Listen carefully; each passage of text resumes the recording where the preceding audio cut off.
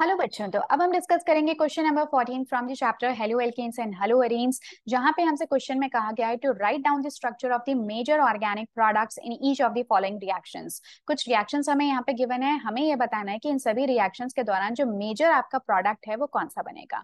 ठीक है, so let's see कि इनके क्या क्या क्वेश्चन हैं और किस किस तरह से हम उनको सॉल्व करने वाले हैं, और अगर कोई नेम रिएक्शन है तो उनका नाम भी हम लोग साथ का साथ देख लेंगे।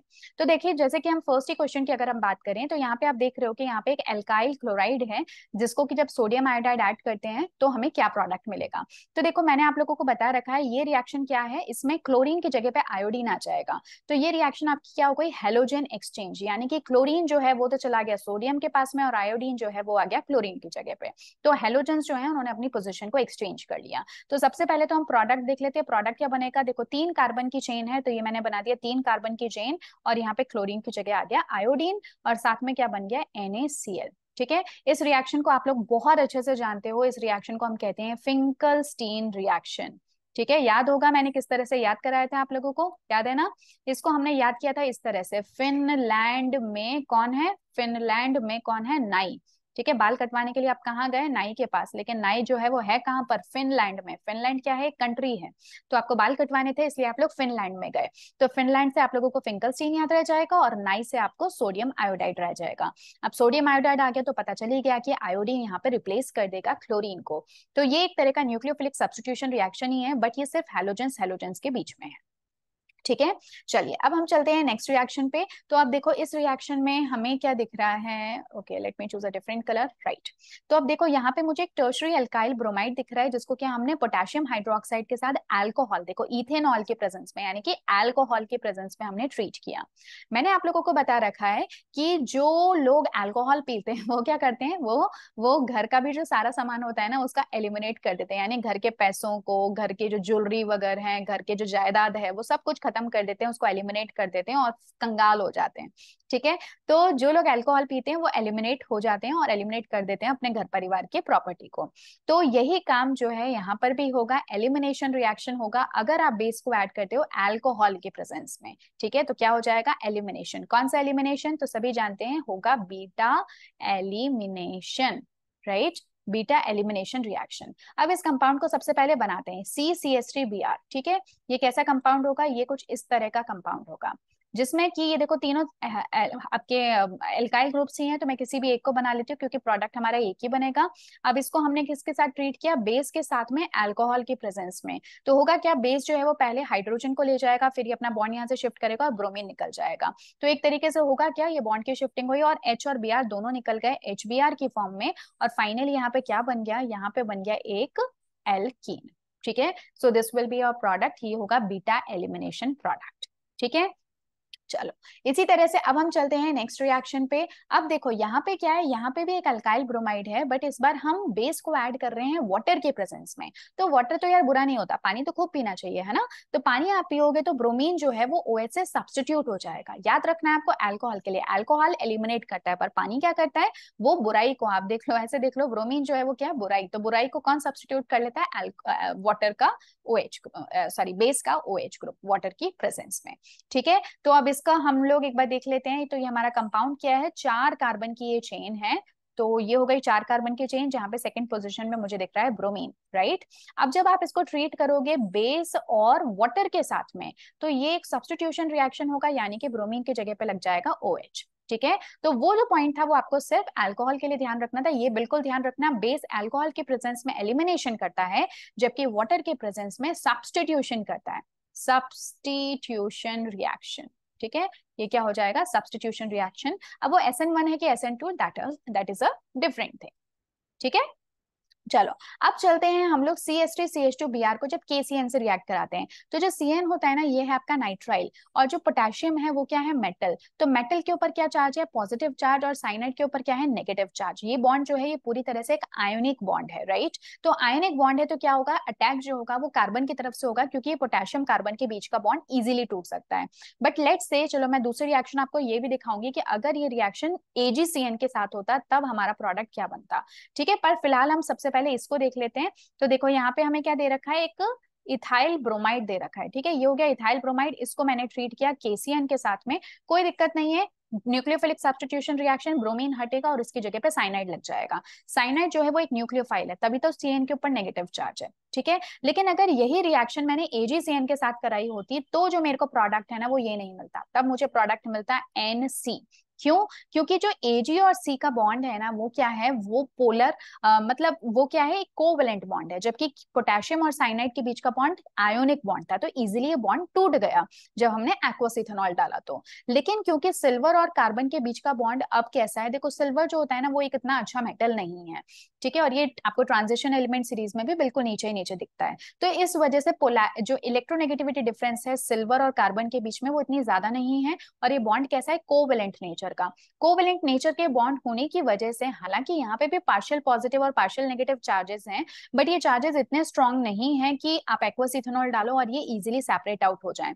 तो एक्चुअली जो नाइट्रोजन के ऊपर लोन पेयर होता है ना वो अब काम करता है सब्स्टिट्यूशन करने का। तो अटैक जो होता है वो किसकी वजह से होता है, नाइट्रोजन की वजह से, ठीक है। और हमें जो कंपाउंड है अब वो मिल जाता है एक नाइट्राइल, जबकि वहां पे क्या आइसोनाइट्राइल, और ये था साइनाइड, ठीक है, या फिर आप आइसोसाइनाइड भी कह सकते हो इसको।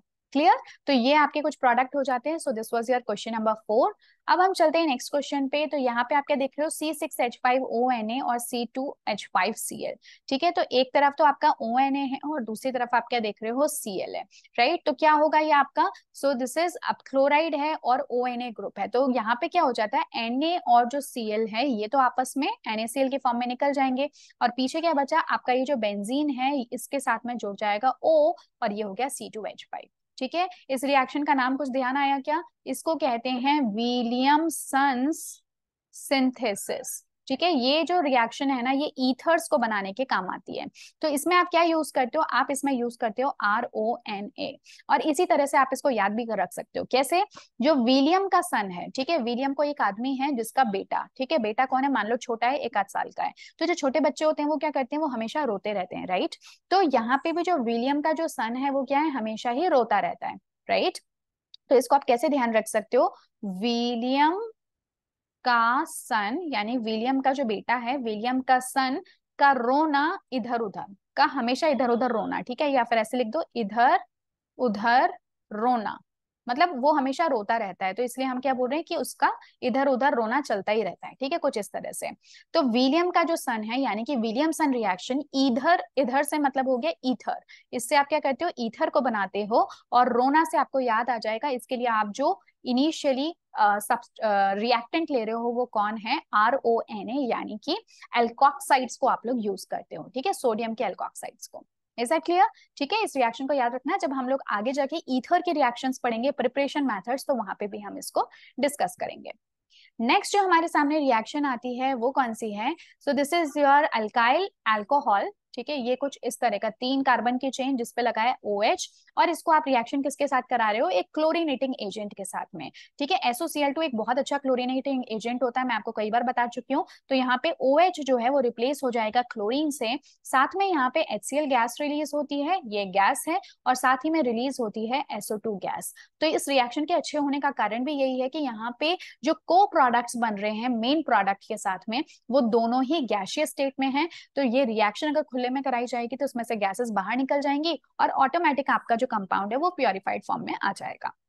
मतलब आपको ज्यादा रिएक्शन करने के बाद में उसको साफ करने में, प्योरीफाई करने में ज्यादा मेहनत नहीं करनी पड़ेगी, ठीक है। So this was your question number 6। अब हम बात करते हैं CH3 CH2 CH double bond CH2, यानी कि एक एल्कीन है जिसको हम HBr के साथ ट्रीट कर रहे हैं, किसकी प्रेजेंस में, परऑक्साइड, यानी कि ये एंटी मार्कोनिकॉफ रूल को फॉलो करेगा, ठीक है, समझ में आ रहा है। तो अब देखो ये मैंने बना लिया आपका 4 कार्बन की चेन जिसमें कि यहाँ पे डबल बॉन्ड है। तो अगर एंटी मार्कोनिकॉफ रूल फॉलो करेगा तो ब्रोमीन आपका टर्मिनल पोजीशन पे लगेगा, क्योंकि anti Markovnikov rule Markovnikov rules के अगेंस्ट प्रोडक्ट देता है, और मार्कोनिकॉफ रूल तो ये कहता है कि जो भी नेगेटिव अडक्ट है, ठीक है, जो भी नेगेटिव अडक्ट है वो हमेशा ही उस कार्बन पे, उस sp2 हाइब्रिडाइज्ड कार्बन पे लगेगा जिसमें कि नंबर ऑफ हाइड्रोजन्स क्या है, कम हुए। ये बात कौन बोलता है, मार्कोनिकॉफ रूल बोलता है। हाइड्रोजन तो उस जगह पे लगेगा जहां पे ऑलरेडी हाइड्रोजन ज्यादा है, और जो नेगेटिव अडक्ट है आपके रिएजेंट का वो उधर लगेगा जहां पे कि हाइड्रोजन के नंबर कम है कार्बन sp2 कार्बन के ऊपर। तो उस हिसाब से तो हाइड्रोजन यहाँ कम है, तो ब्रोमीन ब्रोमीन को यहाँ लगना चाहिए था। बट जब यही रिएक्शन पर ऑक्साइड के प्रेजेंस में होती है, यानी कि O2 2- वाले किसी भी ग्रुप के प्रेजेंस में, जैसे कि H2O2 या फिर बेंजोइल पर ऑक्साइड होना चाहिए, तो वैसे में रिएक्शन का जो रिजल्ट है, प्रोडक्ट है, वो उल्टा बनता है। यानी कि पहले तो ब्रोमीन को यहाँ लगना चाहिए था इस वाले कार्बन पे, लेकिन अब वो कहाँ लगेगा, टर्मिनल कार्बन पे। ठीक है, पर ऑक्साइड के प्रेजेंस में पर ऑक्साइड इफेक्ट या फिर एंटी मार्कोनिकॉफ इफेक्ट देखने को मिलता है। ठीक है, तो इसके बारे में आप सब लोग जानते ही हो। अब जो हमारी नेक्स्ट और लास्ट रिएक्शन है वो क्या है, CH3CH डबल बॉन्ड CCH3। ठीक है, ये आप लोगों को एक डबल बॉन्डेड कार्बन का एटम दे रखा, सॉरी मॉलिक्यूल दे रखा है। तो यहाँ पे कितने कार्बन है, सो देयर आर 4 कार्बन। ठीक है, तो ये मैंने बना दिया यहाँ पे डबल बॉन्ड, और यहाँ पे इस पोजीशन पे आप देख सकते हो यहाँ पे एक और CH3। तो ये कुछ इस तरह का कंपाउंड है। ठीक है, आई गेस मैंने सही बनाया, 1 2 3 4 है ना, तो 1 2 3 4 और एक CH3 इस तरह से। अब जब आप HBr का रिएक्शन कराओगे तो देखो, अब हमने कोई भी पेरोक्साइड या कुछ भी यूज नहीं किया है, तो इसलिए जो प्रोडक्ट बनना चाहिए वही बनेगा। अब अगर आप यहाँ देखो तो यहाँ तो सिर्फ एक हाइड्रोजन है और यहाँ पे एक भी हाइड्रोजन नहीं है। तो नेगेटिव नेगेटिव एडक्ट, देखो मार्कोनिकॉफ रूल क्या कहता है, नेगेटिव एडक्ट हमेशा उधर लगेगा कार्बन के sp2 कार्बन के उस जगह पे लगेगा जहां पे कि हाइड्रोजन का नंबर कम है। यानी कि ब्रोमीन जो है अगर डबल बॉन्ड टूटता है तो कहाँ लग जाएगा, so your bromine will be here. ठीक है, तो ये ब्रोमीन आपका लग जाएगा कुछ इस तरह से। ठीक है, सही बात है। तो ये जो मेरा प्रोडक्ट हुआ ये मार्कोनिकॉफ रूल के अकॉर्डिंग हुआ, जबकि जो पहले वाला रिएक्शन था वो पेरोक्साइड इफेक्ट की वजह से वो एंटी मार्कोनिकॉफ प्रोडक्ट दे रहा था। ठीक है, तो ये कुछ हमारी 8 रिएक्शंस थी जो आई गेस आप लोगों को समझ में आ गई होगी। बाकी अगर एक बार आप यहाँ से रेफर करना चाहते हो तो ये टेक्स्ट पार्ट है, आप यहाँ से भी एक बार रेफर कर सकते हो। ठीक है, जस्ट फॉर योर क्लैरिफिकेशन, या फिर अगर आपको बेहतर इस तरह से समझ में आए तो एक बार आप यहाँ से भी चेकआउट कर लेना। ठीक है, ये मैं सारी रिएक्शंस आपको शो कर देती हूँ। So this is up to 8। ठीक है, तो यहाँ पे आपको सभी जो मेजर प्रोडक्ट्स हैं वो आपको मिल जाएंगे जो भी रिएक्शंस के अंदर होने चाहिए थे एज पर द मैकेनिज्म। ठीक है, so this was your question number 14 and I guess कि आप लोगों को अच्छे से समझ में आ गया होगा। हालांकि ये सभी क्वेश्चंस हम कहीं ना कहीं पहले भी कवर कर चुके हैं किसी ना किसी क्वेश्चन के अंदर। सो आई एम वेरी श्योर कि आप लोग इनको अच्छे से समझ चुके होंगे, अगर आप लोग शुरुआत से सारी सीरीज को, सारे क्वेश्चंस को मेरे साथ सॉल्व करते हुए आ रहे हो तो। राइट, सो अब हम मिलेंगे नेक्स्ट क्लास में जहां पे कि हम क्वेश्चन नंबर 15 को डिस्कस करेंगे। So till then take care, thank you so much, goodbye and see you soon.